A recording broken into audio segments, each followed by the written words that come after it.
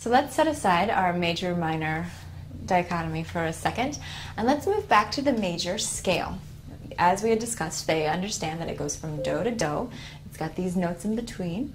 Every note has to be accounted for. I have to have an A, I have to have a B, a C, a D, an E, an F, and a G. I must have all 7 notes. I can't have 2 of any note, and I must get from A to A, or whatever it is. And I probably will have some crazy sharps or flats in there because it's got to sound right. And you can use the word right. It's okay to say that this needs to sound correct. This needs to sound like the major scale. There is no other possibility for what a major scale sounds like. And that's okay. Like, there are some absolutes in the world, and a major scale is one of them. But what you also need to have them understand at this point is the purpose of a major scale. You've figured out like that there is a minor, which is a great way just to open up their mind to say, oh, there are other possibilities, there are other sounds, there are other qualities that happen in music. But the major scale has this particular quality,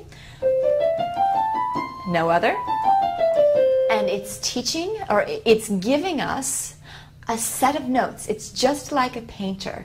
If he's going to paint something, or she's going to paint something, she will take a palette and put some colors on her palette, and those are the colors that she's going to use for her painting, or his painting. He's not going to use colors from other places, because that's not on his palette. He's only allowed to use what's in his palette. And here are your paints that you're allowed to use. You're allowed to use these colors. C, D, E, F, G, E, A, B, C. Those are the only colors you're allowed to use. You're not allowed to use a C-sharp color or a A-flat color. None of those are cool. You're only allowed to use those. And that really helps them give some idea, like, why are we doing this scale? What does it matter? What is it, like, how does it apply to the music that I'm playing? Because it gives you colors that you're allowed to use. It gives you colors that sound good, which is really cool. Again, it goes back to the improv thing or the composing thing. It gives them things.